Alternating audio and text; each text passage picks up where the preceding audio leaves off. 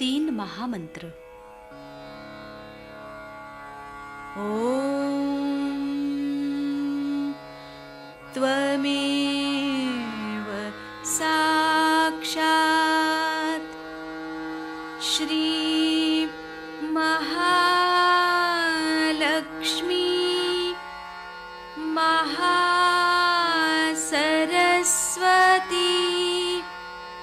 महाकाली त्रिगुणात्मिका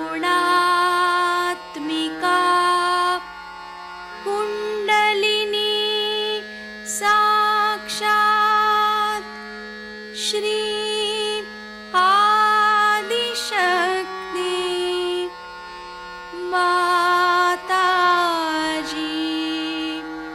श्री निर्मला देव्यै नमो नमः।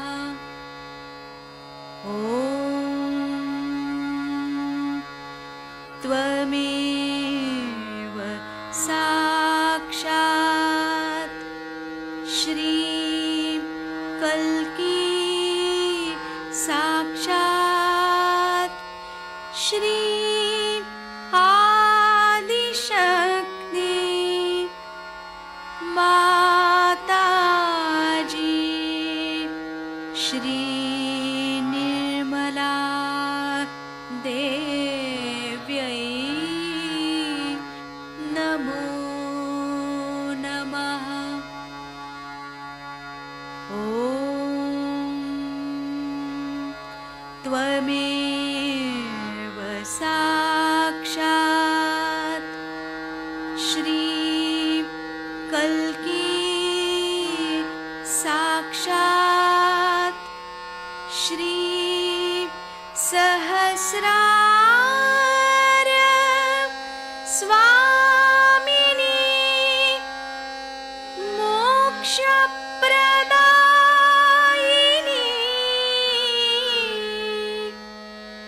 माताजी श्री निर्मला देव्यै नमो नमः। श्री गणेश मंत्र।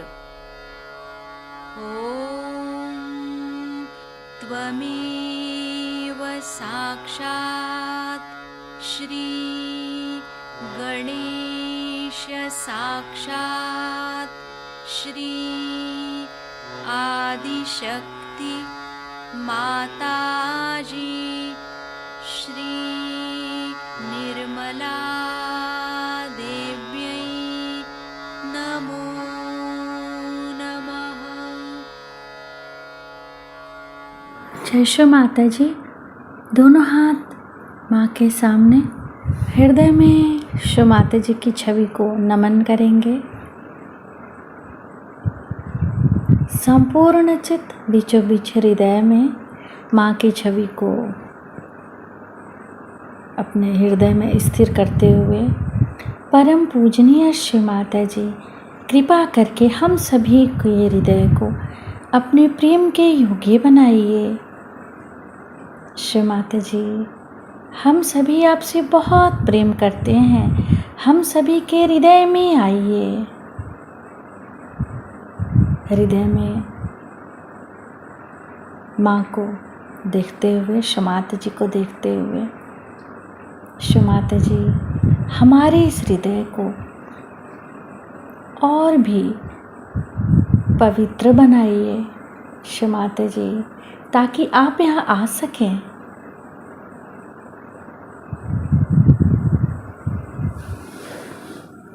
धीरे धीरे अपने संपूर्ण चित्त को दोनों हाथों पे,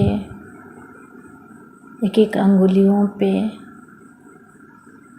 श्री माता जी हम सबको क्षमा कर दीजिए, हम सभी अज्ञानी हैं।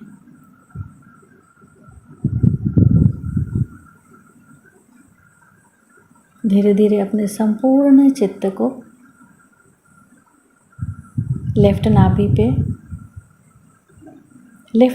पर क्षमाते से प्रार्थना। क्षमाते जी, आपकी परम कृपा में हम शांत हैं, संतुष्ट हैं और उदार भी हैं।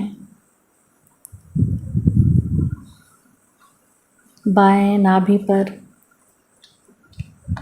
पूरा चित्त स्थिर करते हुए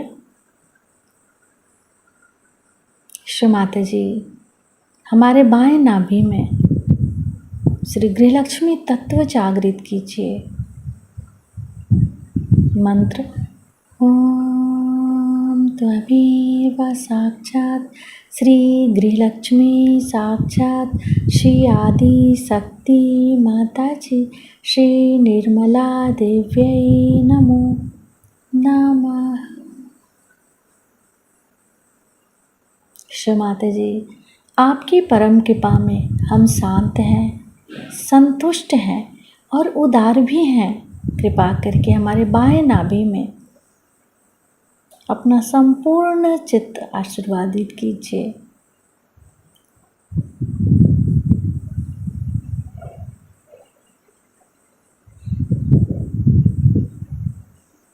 बाएं नाभि पर ही अपने संपूर्ण चित्त को रखते हुए क्लॉकवाइज घुमाएंगे चित्त को।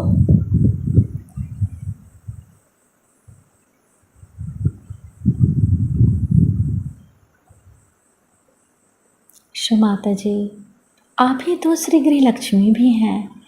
कृपा करके हमारे बाएं नाभि में जागृत हो जाइए। धीरे धीरे अपने संपूर्ण चित्त राइट हार्ट पे, फिर लेफ्ट गुसुद्धि,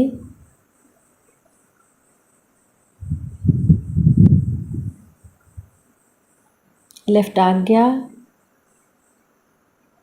सहस्त्रार। सहस्त्रार पर माँ से प्रार्थना। क्षमाते जी, हम आपकी अमृतवाणी को सुन सके ऐसी कृपा कीजिए।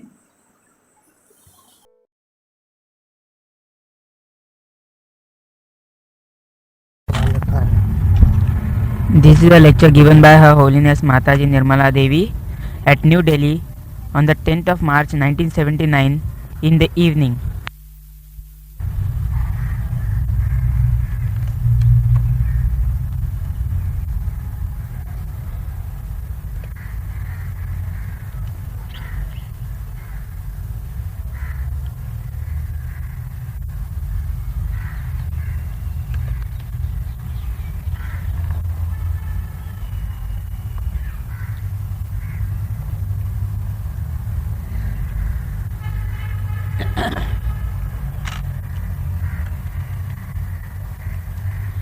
आइए आइए, बैठ जाइए, है जगह है, बैठ जाइए, जल्दी से आ जाओ। अभी भी ये सोच रहा है या नहीं आना।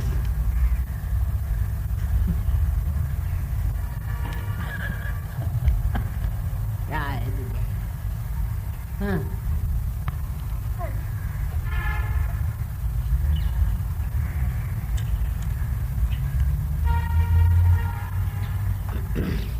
आज सवेरे मैंने आपसे बताया था अंग्रेजी में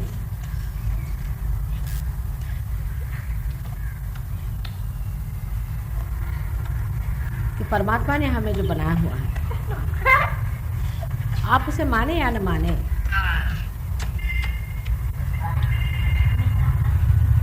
उसका अस्तित्व आप समझे या न समझे, वो है।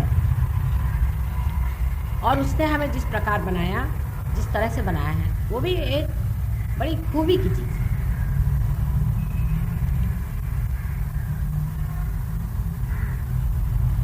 मैंने सवेरे बताया था कि कैसे बहुत थोड़ी सी समय में एक अमीबा जैसे प्राणी से मनुष्य बनाया गया।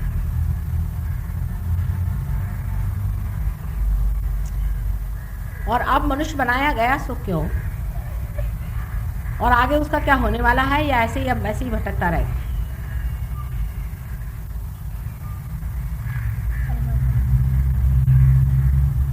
फिर मैंने बताया कि आपको भगवान ने स्वतंत्रता दे दी है कि चाहे तो आप परमात्मा को पाएं और चाहे तो आप शैतान के राज्य में जाएं।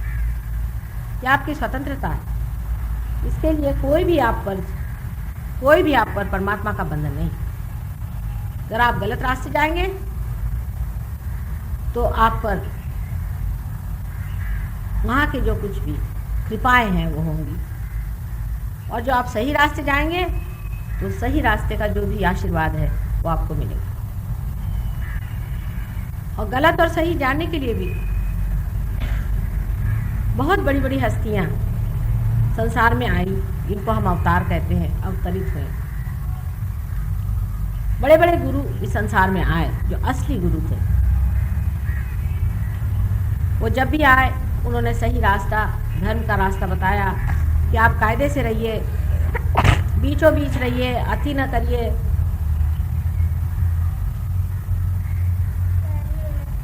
धर्म के नाम पर जब जब कोई संकट आ गए और जब ये देखा गया कि संसार से मनुष्य नष्ट होने पर आया है, तब ये संसार में अवतार हुए हैं। अब इन अवतारों को संसार में आकर के जो कार्य करना था वो उन्होंने किया, लेकिन इसका मतलब ये नहीं है कि वो अवतार हुए और खत्म हो चुके। उनका भी अपने अंदर निशान बना हुआ, उनके भी अपने अंदर माइलस्टोन्स बने हुए हैं, उनका भी चित्र हमारे अंदर बना हुआ है। वो भी हमारे अनेक जो हमारी प्रगति होती गई उसके रास्ते पर अलग अलग जगह अपने अपने मंदिर बना के बैठ गए। हम सोचते हैं कि गुरु नानक आए, आज ही मैं गलती से उस रास्ते से चली गई थी, उनका प्याऊ देखा तो एकदम इतने वहाँ चैतन्य की लहरियाँ बह रही थी, इतना आनंद आया उस जगह को देख। तो क्या गुरु नानक संसार में आए, बस वहाँ प्याऊ मात्र किया और चले गए? बिल्कुल भी नहीं। वो इतनी बड़ी हस्ती थी कि वो हमारे अंदर अपना घर कर गई। हमारे अंदर उनका एक स्थान है, गुरुओं का हमारे अंदर जो स्थान है उसी का इन्होंने सब कुछ बनाया हुआ। कल मैं आपको सब बारीकी में बताऊंगी कि ये सारे लोग जो अवतरित हुए हैं इनका हमारे अंदर कहाँ कहाँ स्थान है और किस तरह से वो हमारी चालना करते हैं। अगर परमात्मा ने हमें इतने सुघड़ रीति से बनाया है, जैसे मैंने बताया कि एक आँख को देख लीजिए, क्या कमाल की चीज़ बनाई। अगर उसने अंदर वाकई में हमारे ऐसी सब चीज़ें बना दी हैं कि जिनकी वजह से हम आज चलते बोलते खाते पीते और संसार की सारी क्रियाएं करते हुए भी परमात्मा को चिंतन करते हैं,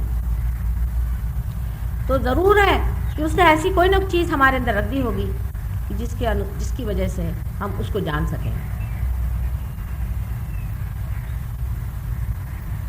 उसी तरह की चीज़ हमारे अंदर है, पूरी तरह से हमारे अंदर।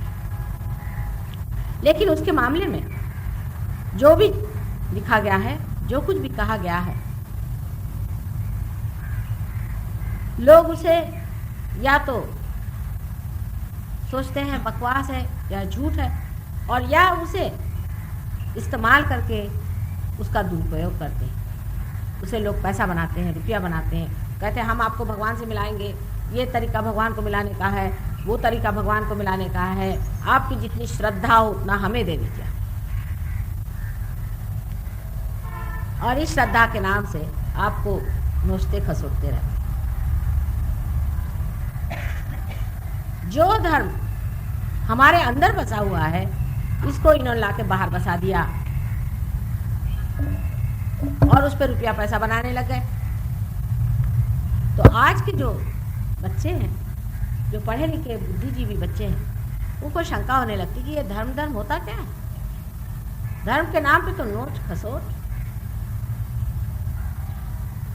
मारा मारी और तरह की जैसे लूट मार, बड़े से बड़े चोर डाकू भी जो काम नहीं करेंगे ऐसे काम ये धर्मात्मे करते हैं। तो ऐसे धर्म पे विश्वास करना चाहिए या नहीं करना चाहिए? और यही समाज सबसे अच्छा है जबकि सहयोग आपके सामने आ गया है। मैंने कल कहा था कि धर्मांधता एक तरफ और दूसरी तरफ अविश्वास के बीचों बीच सहयोग का दर्शन होना जरूरी था, और इसीलिए ये समय ऐसा आ गया है कि आप इसे पालें, जिसे हम परमात्मा कहते हैं।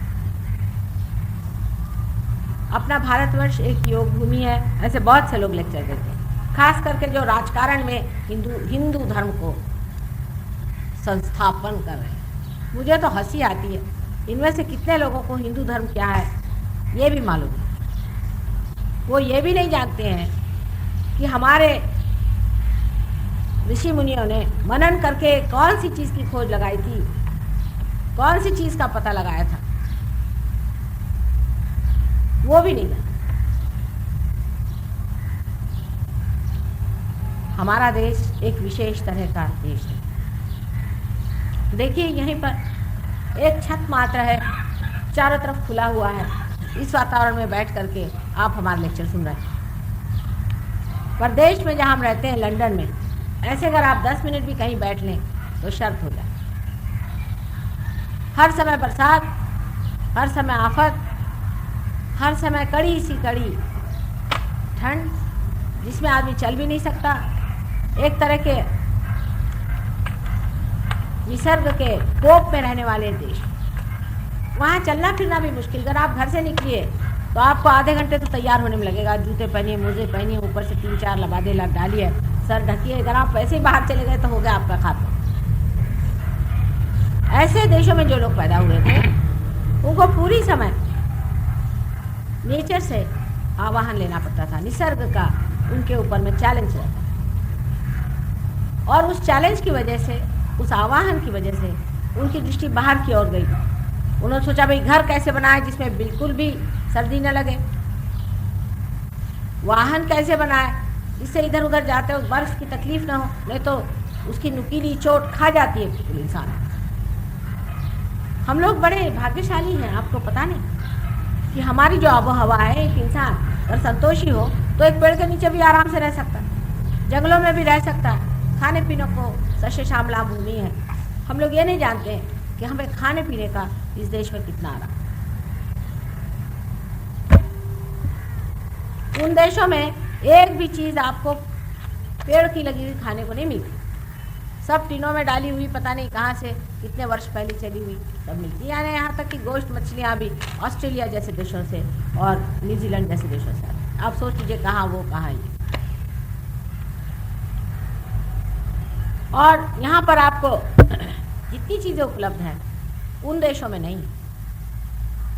जैसे कि एक सिल्क का कपड़ा अगर वहाँ पे आप दिखाएं तो लोग सोचते हैं कि आपसे रईस कोई नहीं होगा, और अगर कॉटन आप पहनते हैं तो लोग सोचते हैं कि आप इतने रईस हैं कि कॉटन आप कैसे पहन लें। वहाँ तो हर समय आप नायलॉन ही पहनिए, उसके से और कुछ पहन ही नहीं सकते। और कॉटन भी पहनते उसमें भी नायलॉन मिला रहता है, क्योंकि वहाँ इतना महंगा है कॉटन पहना कि लोग तरसते रह जाते हैं।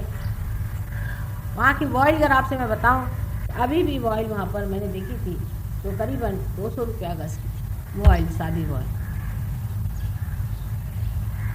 जिसमें कि एक गज में हम 200 रुपये में अच्छी साड़ी यहाँ के वॉइल की ले लें, 200 तो बहुत हो गए। ऐसे देश में जहाँ की इस तरह की उपलब्धियाँ नहीं हैं, जहाँ आदमी आसानी से नहीं रह सकता, ऐसे देश में लोगों का बाहर जाना और बाहर की निसर्ग का व्यवस्था करना बिल्कुल ही ज़रूरी था। उसके बगैर वो रह नहीं सकते, वहाँ कोई रह नहीं सकता इस तरह से जैसे आप रह लेते। लेकिन आपका देश ऐसा नहीं है। आपका देश परमात्मा ने विशेष रूप से बनाया। यहाँ आप रात को चांद सितारे देख लेते हैं, सवेरे सूरज देख लेते हैं। वो लोग तो सूरज देखने को तरसते हैं। ऐसे ऐसे अजीब देश हैं, वहाँ 6-6 महीने सूरज ही नहीं आता।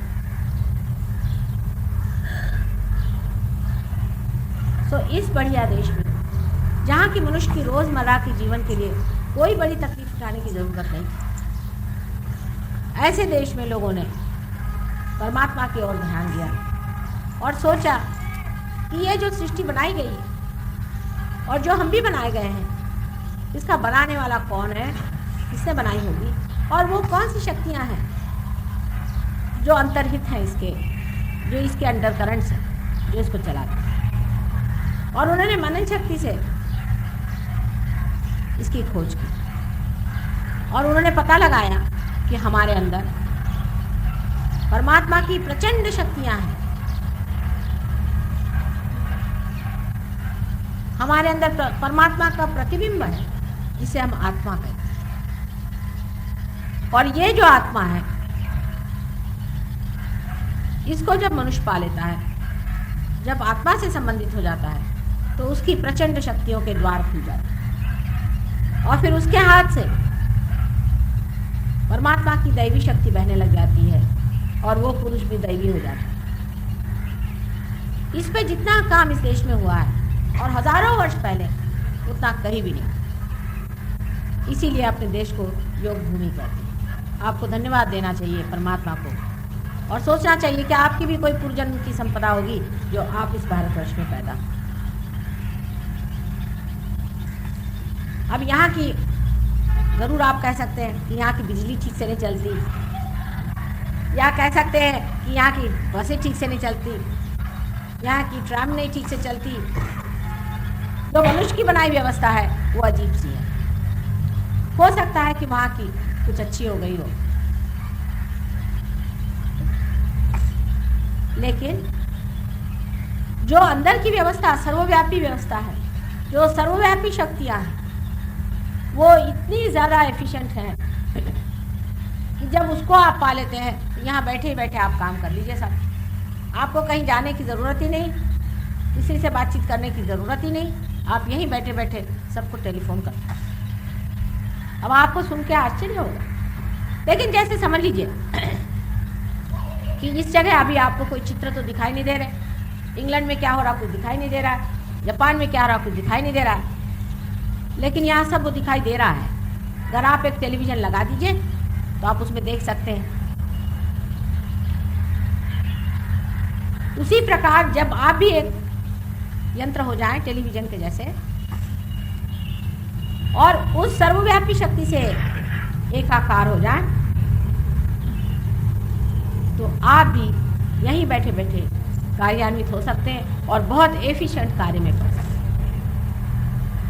आपसे ऐसे ऐसे कार्य हो जाएंगे कि आपकी समझ में नहीं आएगा कि ये आपने काम कैसे कर लिया। आप हर एक चीज़ पे अपना प्रभुत्व जमा सकते हैं। एक तरीका है कि मशीन से आप सब चीज़ें चला लीजिए। मशीन से आप सोचते हैं कि आपने पंच महाभूत तत्वों को जीत लिया, नहीं जीता आपने जितना कि एक मननशील व्यक्ति जीत सकता है। अगर मननशील व्यक्ति चाहे तो आकाश में बादल खड़े कर दे, अगर चाहे तो हवा चला दे, अगर चाहे तो ठंडक कर दे, चाहे गर्मी कर दे, चाहे सूर्य को बुला दे, सब चीज़ कर सकता। पांचों तत्व को वो अपने हाथ में ले सकता। इन शक्तियों को जब वो जान लेता है और इन शक्तियों को जागरूक करने की जब उसमें शक्ति आ जाती है, जब वो अपने सूत्र पे जा करके और उनके भी सूत्र पे चला जाता है, जब अपने प्रिंसिपल को जान करके उनके भी प्रिंसिपल पे चला जाता है, तो हर चीज़ को कंट्रोल कर सकता है और हर चीज़ को बना सकता है। अब यही जगह आप नहीं जानते, हम जब पहली मर्तबा आए थे तो एकदम बंजर बस्ती थी, एकदम उजाड़, यहाँ आफत मची हुई थी। जब मैं यहाँ आई तो लोग कहने तो भयानक जगह है माँ। मैंने कहा क्यों? कहने यहाँ तो भूत घूमते हैं रात में, कुछ लोग मर गए, यहाँ रात में कोई किसी पे डाका डाल देता है। तो समझ में नहीं आता ये ऐसी बंजर बस्ती, इसको क्या करें, इसके लिए कोई इलाज आप कर दो। यहाँ इतने गंदे गंदे लोग अंदर आते हैं, सब रात में यहाँ करके बहुत परेशान करते हैं, मानो जैसे कि यहाँ कोई भूतों का राज हो। यह अब आपको मैं बता रही हूँ, सिर्फ 5-6 साल पहले की बात होगी, ज़्यादा से या 7 साल पहले की बात। तो मैंने कहा अच्छा ठीक है, आप ऐसा करो 3 नारियल लेके आओ। अब देखिए कितनी सीधी चीज़, सिर्फ 3 नारियल मंगाए, कुछ खास काम नहीं किया, और उस नारियल को हमने जागरूक किया। कर सकते हैं आप उसके अंदर वाइब्रेशंस दे दीजिए, उसके अंदर वाइब्रेशंस आ गए जागरूक। अब ये वाइब्रेशंस जो हैं ये सोचते हैं और ये चलते हैं, ये आक्रमण करते हैं, ये अंकुश पाश आदि सब रखते हैं। सारी देवी की शक्तियाँ इनके पास होती है और इससे जो भी कार्य करना है करते रहते हैं। वाइब्रेट करके हमने कहा अच्छा 3 आप यहाँ पर नारियल लगवा दीजिए। उस दिन से धीरे धीरे यहाँ से भूत लोग भागना शुरू। आज बता रहे थे पंजी, यहाँ पर भी एक दो ऐसे आते हैं, फिर पता नहीं क्यों उल्टे पांव भागते हैं, अंदर नहीं घुसते। उनको पता रहता है, क्योंकि जो उनके अंदर भूत होते हैं उनको पता होता है कि ये क्या चीज़ है। अब इसका एक बहुत ही साइंटिफिक आपको मैं बताऊँ। जो वाइब्रेशंस के बारे में आपसे मैं कह रही थी, जो आज हाथ से बह रहे थे आपके, इनकी महत्ता बताएं। राहुरी करके एक बड़ा भारी कृषि अनुसंधान संस्थान है यहाँ, जहाँ पर एक बड़ा भारी विद्यापीठ, बहुत बड़ा, इससे कम से कम 10 गुना बड़ा होगा, बहुत बड़ा, 25 मील के घेरे में बना हुआ बहुत सुंदर एक वहाँ पर विद्यापीठ है।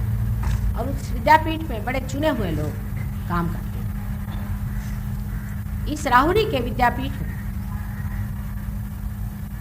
कुछ बड़े बड़े शोधक, इनको कहना चाहिए कि सहयोगी, वहाँ के प्रोफेसर वो हमारे पास आए और हमसे कहने लगे कि माँ, राहुरी में इस कदर दंगा फसाद होता है, इस कदर मारा मारी होती है, कुछ समझ नहीं आता क्या करें। बड़ी आफत है यहाँ पर, पता नहीं कैसी इतनी गंदी गंदी शैतान की जैसी भूमि हो गई है, और हर तरह का प्रश्न बना है, कैसे इसको ठीक है।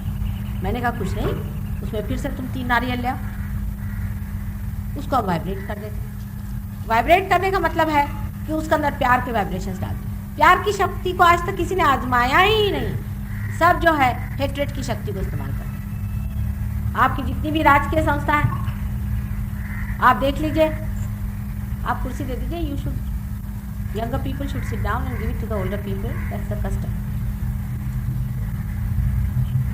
इनकी सभ्यता में भाई साहब ये सब बातें नहीं होती ना, सीखना पड़ेगा।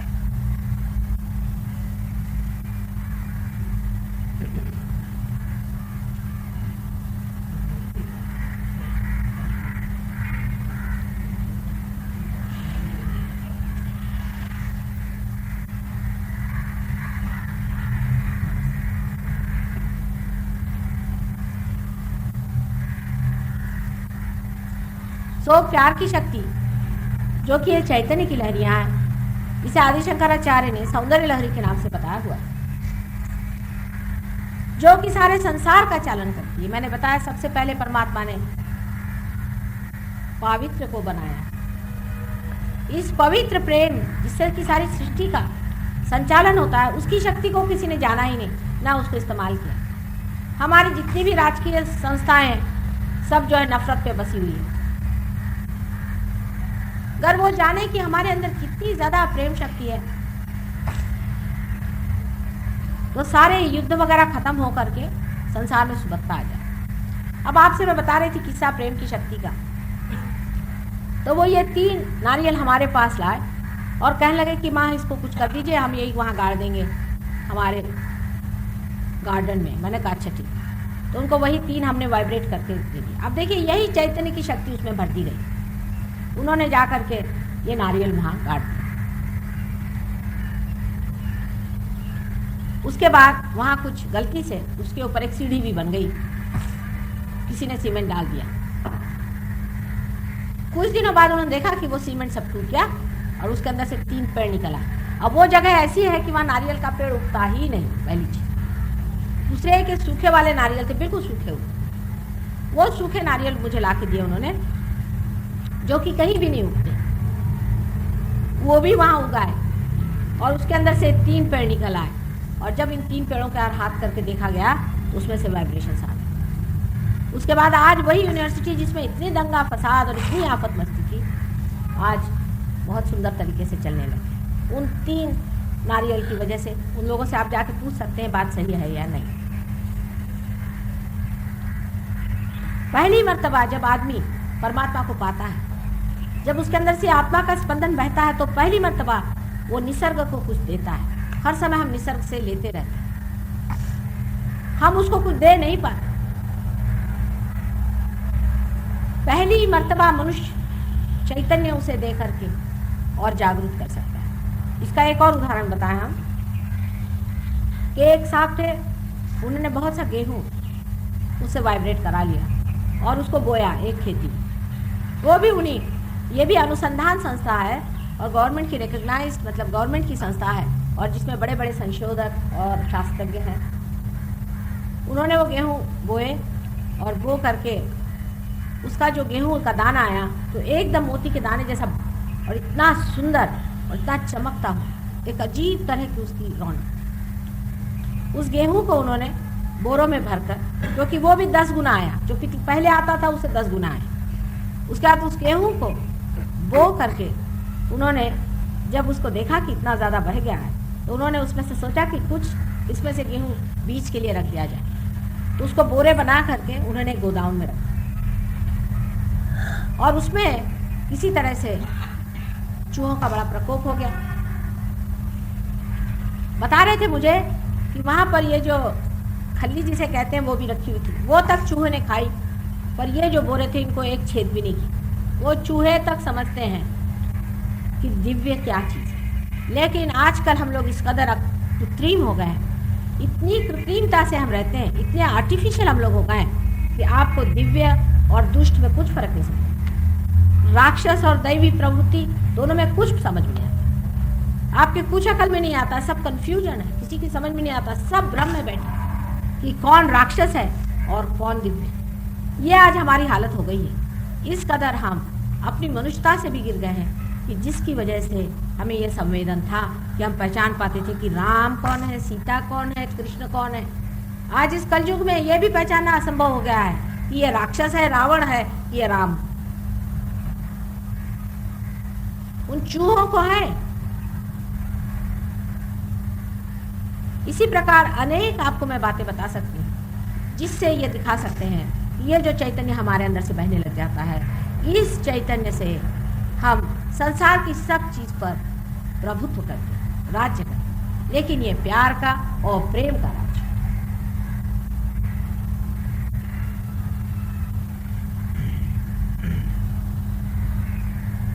अब बहुत से लोगों का ये हमेशा कहना रहता है कि माँ, अगर आप कहती हैं हमारा देश योग भूमि है और यहाँ पर मनन करके सारी चीज़ों का इतना पता लगाया था, तो हमारे देश की आज दुर्दशा क्यों? सभी लोग मुझसे पूछते हैं तो हमें बड़ा सच्चे शामलाम होना चाहिए। अगर हमारे यहाँ ऐसे बड़े बड़े ऋषि मुनि हो गए और ऐसे ऐसे बड़े बड़े लोग हो गए जिन्होंने इतनी बड़ी बड़ी चीज़ों का पता लगाया, तो आज हमारे देश की दुर्दशा क्यों?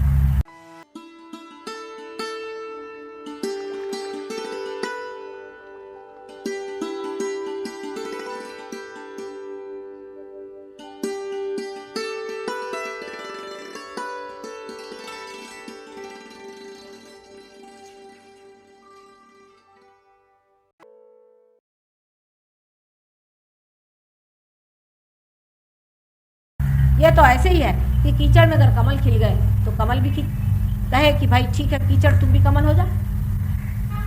ये तो हम लोग कीचड़ हैं ही, ऐसा लगता है मुझे। हम लोगों ने कुछ किया है इसके मामले में, ये सोचना चाहिए। आज भारतवर्ष में ऐसे कितने लोग होंगे जिन्होंने आदि शंकराचार्य ने क्या किताबें लिखी ये भी जानते हैं। शेली, कीट्स, ये वो दुनिया भर के फालतू लोग, ये वायरन लोग जिनका नाम सुबह शाम तक लीजिए तो गंगा जी स्नान करना पड़ेगा। इतने गंदे चरित्र के लोग हैं।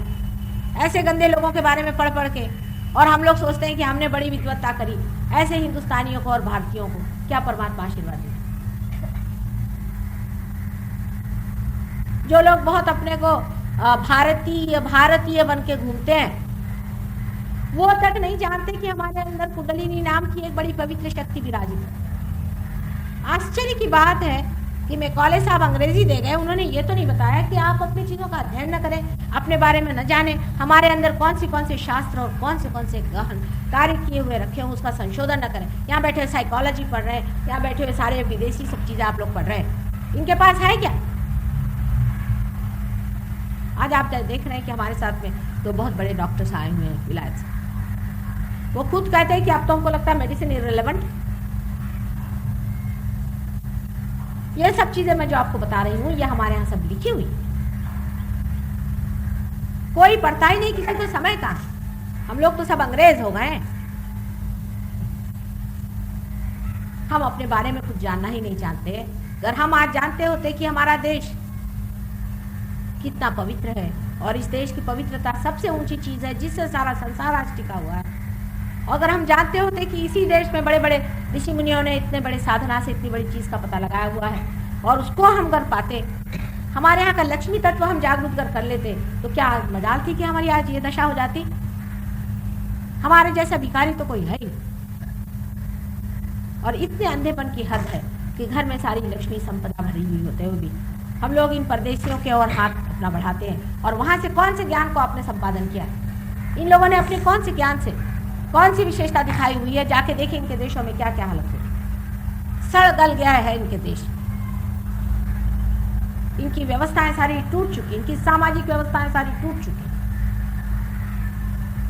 आप रास्ते से शाम को 6 बजे नहीं निकल सकते। इस कदर अराजकता, चोर उचक्के बच्चे पैदा हो रहे हैं वहां पर। एकदम राक्षसी प्रवृत्तियां वहां पे विहार कर रही हैं। हालांकि हम लोग भी उनका अनुकरण कर रहे हैं, हम कुछ कम थोड़ी हैं। इतनी गधापंथी वो करेंगे उससे ज्यादा हम करके अंग्रेज बनने वाले हैं। इसी में हमारी सारी विशेषता आ गई है। संस्कृति के नाम पर भी जो कुछ हम बेच रहे हैं और जिसका हम ढिंडोरा पीट रहे हैं उसमें कोई तथ्य नहीं। हमारा जो तत्व है उसे हम लोग खोजते नहीं। हमारा जो अन्वेषण हुआ है, जो हमारी मालूमात, उस चीज को कोई जानना नहीं चाहता। और जो दो चार आए भी जिन्होंने कहा भी कि हम जानते हैं, उनसे बढ़ के चोर मैं कोई देखती नहीं। कुंडलिनी के नाम पे दुनिया भर की गंदगी करना, यही काम आजकल तांत्रिकों का होता है।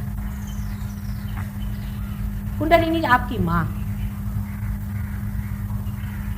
आप समझते हैं माँ माने क्या चीज है, कितनी पवित्र चीज है, कितना पवित्र रिश्ता है।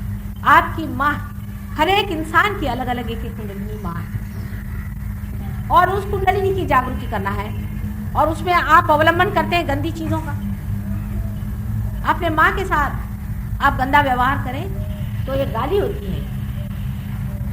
कम से कम एक भारतीय को तो समझना चाहिए कि कुंडलिनी इस तरह से जागरूक कैसी होगी अगर वो हमारी माँ है। और जिस परमेश्वर ने हमें बनाया है इतनी खूबी से, आज एक अमीबा से इंसान बनाया, हमें इंच भी पता नहीं चला। ये पृथ्वी इतने जोर से घूम रही, हमें इंच भी पता नहीं चलता है। इसने जिस तरह से हमें संभाल के रखा है, गुलाब के फूल से भी कोमल हमें उसने बनाया हुआ है।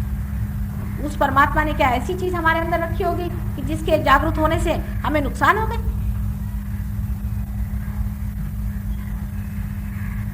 उसके बारे में कुछ भी जानना दकियानुसी हो गया। इस तरह की उल झलूल हालत है। जबकि एक तरफ धर्मांधता खड़ी हुई, कबीर ने ललकारा, नानक ने ललकारा है, तुकाराम ने ललकारा है, ज्ञानेश्वर ने कहा हुआ। किसने नहीं कहा कि धर्मांधता परमात्मा नहीं? तो उनको पकड़ पकड़ के सूली पे चढ़ा। इसी देश में लोगों को सताया। सरमत को आपको मालूम है उसकी गर्दन कटवा।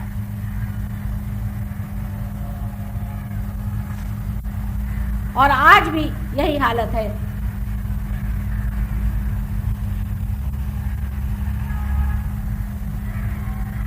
हमें वो लोग अच्छे लगते हैं जो कुछ सर्कस दिखाए, थोड़े बहुत बेवकूफ बनाए, और वो लोग बहुत अच्छे लगते हैं जो थोड़ा बहुत आपसे रुपया पैसा लें। क्योंकि माता जी कहती है कि मुझे आप क्या दोगे बेटे, मैं तो तुम्हारी माँ हूँ, ऐसी बात नहीं करना। तो माँ नहीं पसंद होती। अगर आप किसी को 2-4 पैसे से खरीद सके तो आपका अहंकार भी तृप्त होता है, इसलिए आपको ऐसे लोग पसंद आते हैं।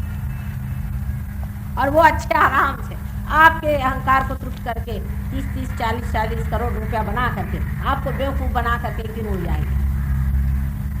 और आपको बेवकूफ़ बनना ही अच्छा लगता है तो बेवकूफ़ बने रहिए, पर कम से कम इसका दोष परमात्मा को नहीं देना चाहिए। इसका दोष मनुष्य का है, विशेषकर भारतीय लोगों का है।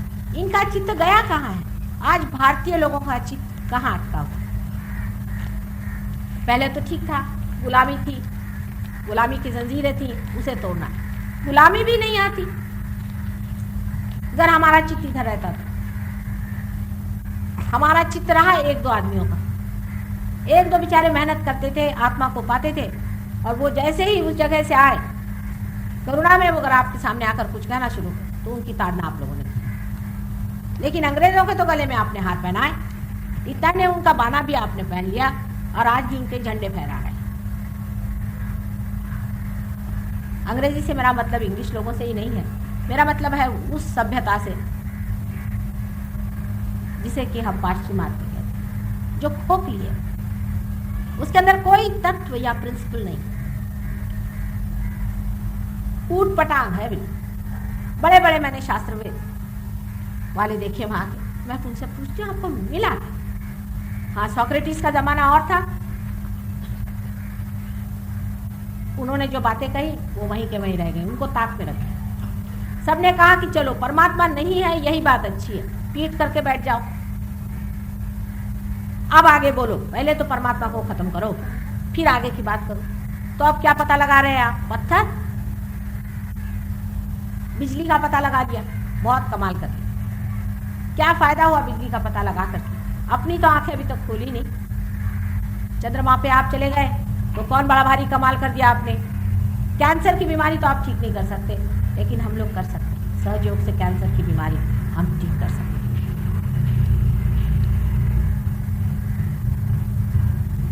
इतना रुपया वो लोग खर्च करके, इतना उपद्व्याप करके उन्होंने क्या दिया? शराब। और आज की उनकी सभ्यता जो उनके घरों को तोड़ रही, सबको बिठा रही है। हमारी जो पुरातन चीजें हैं उसकी ओर आपको ध्यान ले जाना चाहिए और सोचना चाहिए कि हमारे शरीर के बारे में जो कुछ भी वर्णन किया गया है कि हमारे अंदर अंतर्हित जो जो शक्तियां हैं जिसे हम देवी शक्ति के नाम से जानते हैं उसे पहचाना चाहिए। इतना ही नहीं, लेकिन जिसे हम आत्मज्ञान के नाम से जानते हैं उस आत्मा को पाना चाहिए। उसकी व्यवस्था जितनी इस देश के लोगों में है उतनी उस देशों के नहीं। वहाँ हजारों लोग मेरे प्रोग्राम में आते हैं, भीड़ हो जाती है, लेकिन पाने वाले कम होते हैं। यहाँ पर बहुत कम आते हैं, लेकिन सब के सब करीबन पाने। कहते हैं ना कि दांत है तो चने नहीं, चने हैं तो दांत नहीं, वो हालत है। यहाँ लोग आते ही नहीं, उनको फुर्सत नहीं है। बहुत बिजी लोग हैं अपने देश में, लड़ाई झगड़े करने में, एक दूसरे के गले काटने में इस कदर बिजी हैं, उनके पास फुर्सत नहीं है आत्मा का ज्ञान लेने। कौन पड़े ऐसे झगड़ों में? लेकिन जो सारे ज्ञानों का ज्ञान है, जिसका पाना सारे ही पाने से ऊंचा होता है, उसको पाना चाहिए। और वो टाइम आ गया, इसलिए आप लोग पा रहे हैं। कहते हैं जिसे कि ब्लॉसम टाइम, बाहर का टाइम आ गया, इसीलिए आप इतने लोग इसे पा रहे हैं। इसे पा लेना चाहिए। मैं आपको बताना चाहती थी कि कुंडलिनी क्या है और कहाँ स्थित है, उसके चक्र वगैरह कहाँ है, लेकिन अब इन लोगों को आप देखिए कि कोई लाए नहीं उसको। तो कल मैं बताऊंगी आपको सवेरे फिर कि ये कुंडलिनी क्या है, कहाँ बसती है और किस तरह से उत्थापन होता है इसका, और इसके जो अनेक चक्र हैं वो कैसे बसे हैं और उसमें कौन से देवता, ये देवता कैसे होते हैं या नहीं, इसकी क्या स्थिति। एक छोटी सी बात आपसे बताएं कि जो मैंने अभी कहा था, ये भवसागर जो बना हुआ हमारे पेट में, जो कि हमारे नाभि चक्र के चारों तरफ में है, इसमें मैंने कहा था कि 10 गुरु मुख्यतः आए। ये 10 गुरु अगर आप पुराने ज़माने से देखिए तो मोसेस, अब्राहम, सोक्रेटिस आदि करते करते राजा जनक, उसके बाद में मोहम्मद साहब, गुरु नानक, आखिर में आप अगर आए तो अपने शिरडी के साईनाथ, ये सब एक ही तत्व के अवतरण, एक ही तत्व के दत्तात्रेय। अगर ये बात कही जाए तो शास्त्रज्ञ घबरा जाएंगे कि माता जी ये कहाँ बात कर। लेकिन उसी शास्त्रज्ञ को जब पेट का कैंसर हो जाता है तब देखिए क्या होता है, तब नक्शा दूसरा है, और वो डॉक्टर हो तो उससे भी बढ़िया नक्शा बन जाता है। एक तेहरान के डॉक्टर थे, उनको पेट में कैंसर की बीमारी, वो मेरे पास आए तो मैंने कहा भाई देखो कि तुम जरूरत से ज्यादा धर्मांध हो, कहने ठीक हो। हाँ कल हो, मैं तो बस इस्लाम को मानता हूँ, इस्लाम की इतनी सी भी चीज़ जानते नहीं, मोहम्मद साहब को जरा सा पहचानते नहीं। हाँ मैं तो इस्लाम का हूँ। मैंने कहा अच्छा, इसीलिए आपको कैंसर होगा? कहा क्या? मैंने कहा हाँ, इस तरह की कर्मठता से ही कैंसर की बीमारी पेट में हो जाती, बहुत बार हमने देखा। तो कहला अच्छा, तो मैंने कहा तुमसे मोहम्मद साहब खुद नाराज? कहले क्यों?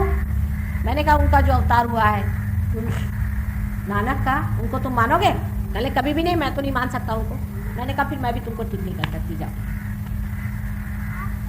चले गए, पर अब कैंसर की बीमारी, ऊपर से डॉक्टर, तो मालूम है कि ठीक तो होने नहीं वाली। तो फिर अच्छा कहो माँ, तो मैं मानता हूँ। मैंने कहा चलो अब गुरु नानक को नाम लो, दत्तात्रेय का नाम लो। शुरू कर दिया उन्होंने, उनकी तबीयत ठीक हो। ऐसे एक ब्राह्मण देवता है। एक बार अभी पूना में गई थी, तो पूना आपको मालूम है ब्राह्मणों का गढ़ है। ये ब्राह्मण थोड़ी होते हैं, जो कि पार नहीं हुए वो ब्राह्मण नहीं होते। द्विज जो दूसरे बार पैदा हुए वही ब्राह्मण। द्विज की कोई जात नहीं होती, वो जाति से परे गुणातीत, बड़ी ऊंची चीज है ब्राह्मण होना। जन्म से कोई ब्राह्मण नहीं होता। ये भी अलग अलग गलत फहमियां हमारे अंदर बैठी हुई कि हम जन्म से ब्राह्मण हैं, हम ब्राह्मण कुल में पैदा हुए तो हम ब्राह्मण हैं। और काम काहे का करते हैं, तो जूते बनाते हैं, जूते की फैक्ट्री है ब्राह्मण।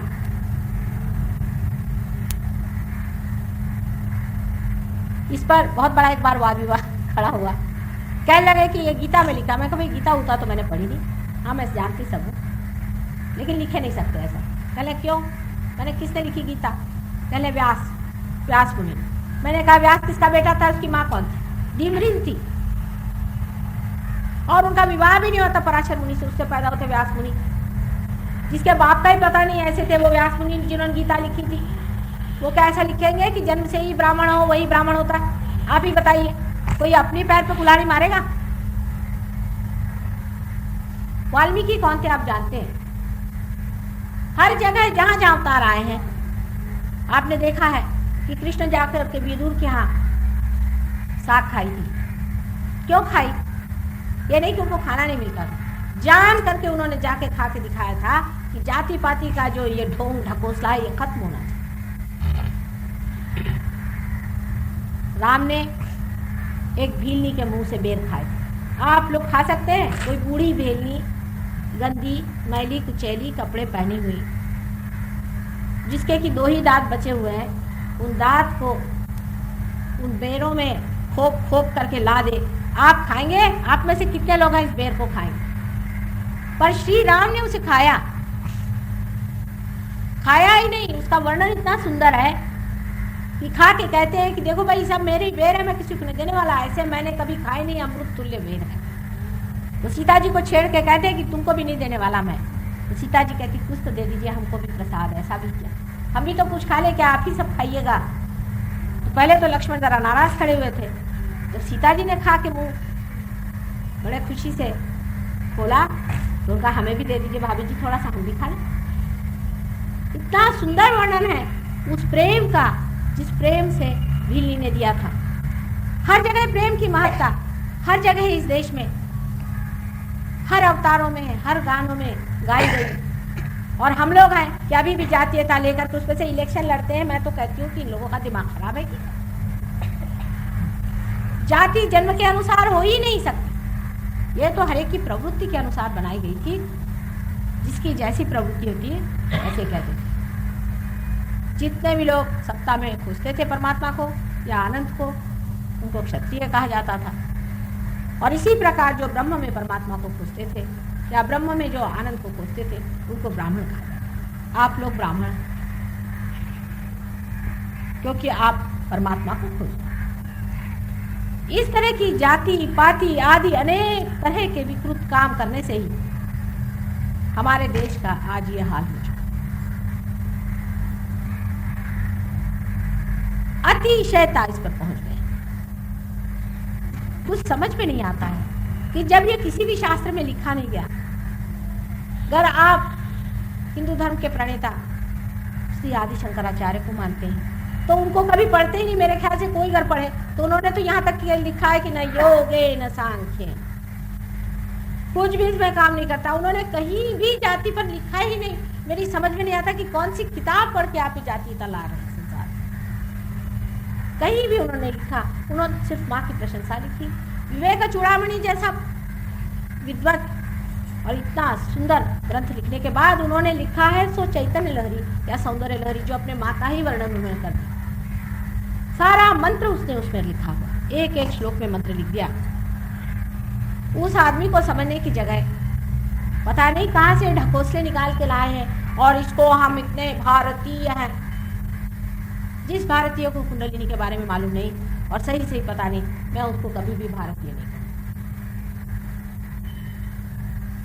मेरे पति तो आप जानते हैं सरकारी नौकर रहे, मुझे एक सरकारी नौकर मिला नहीं जो कुंडलिनी के नाम को जानता।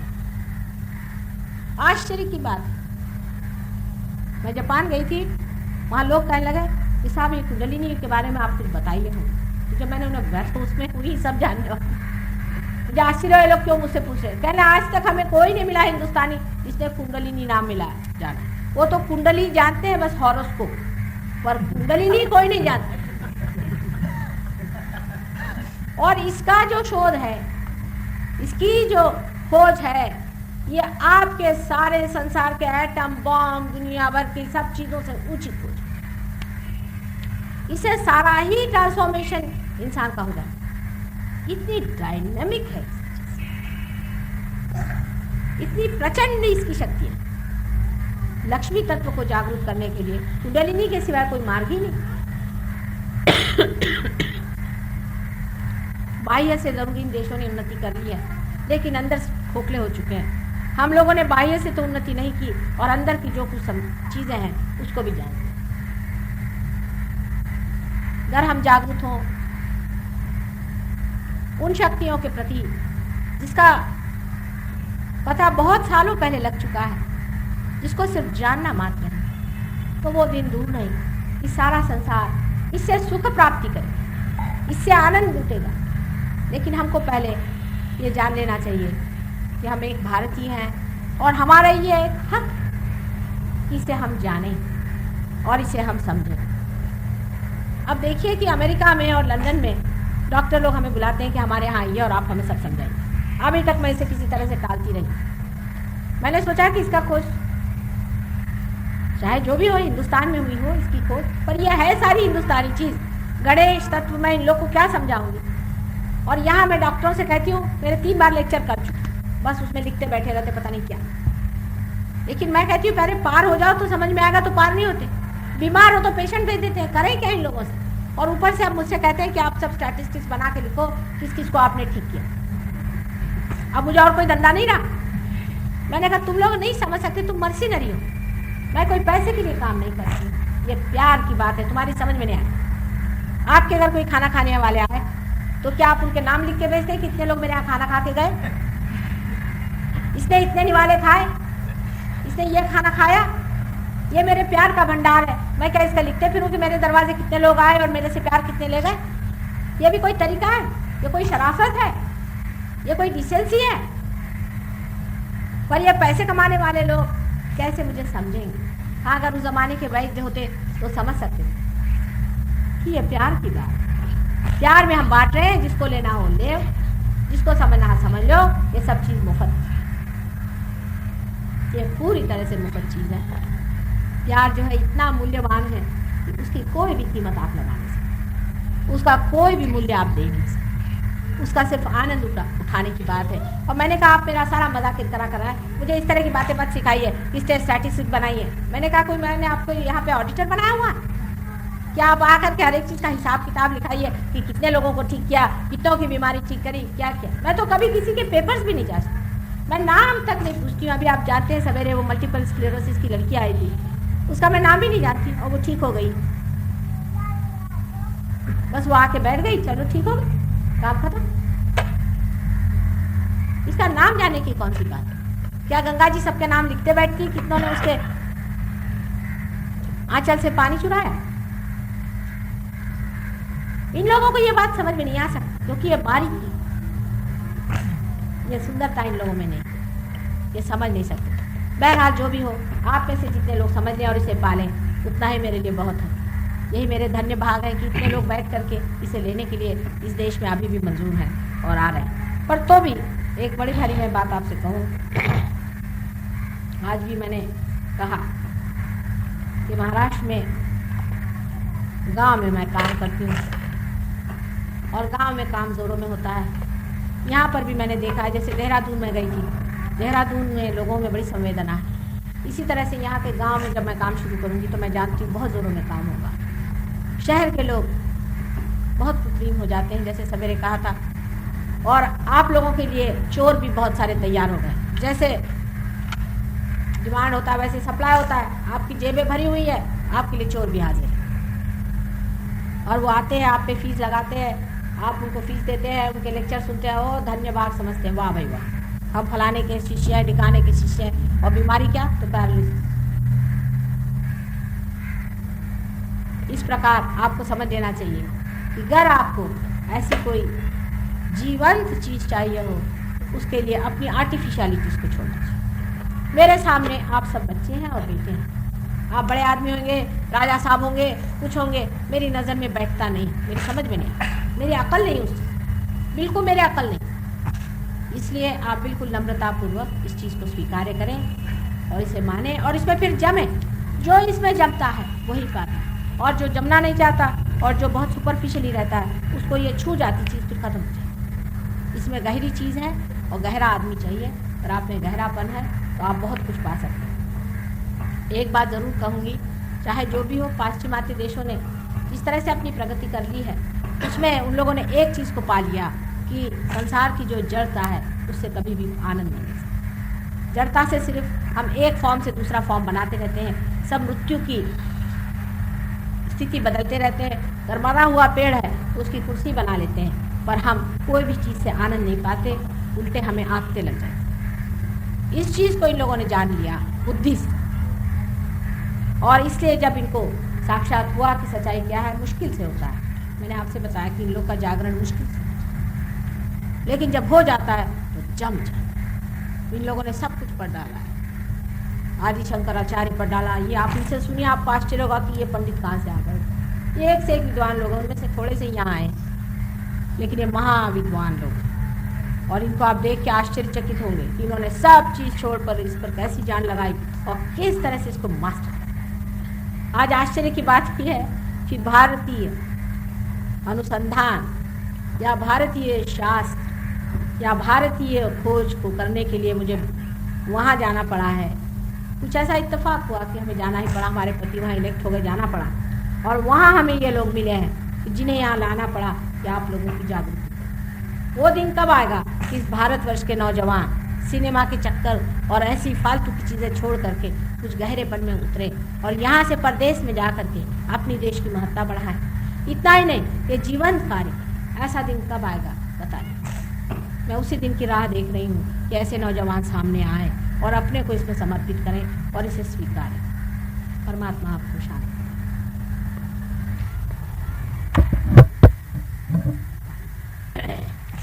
ऐसे ज़रा बैठ जाइए।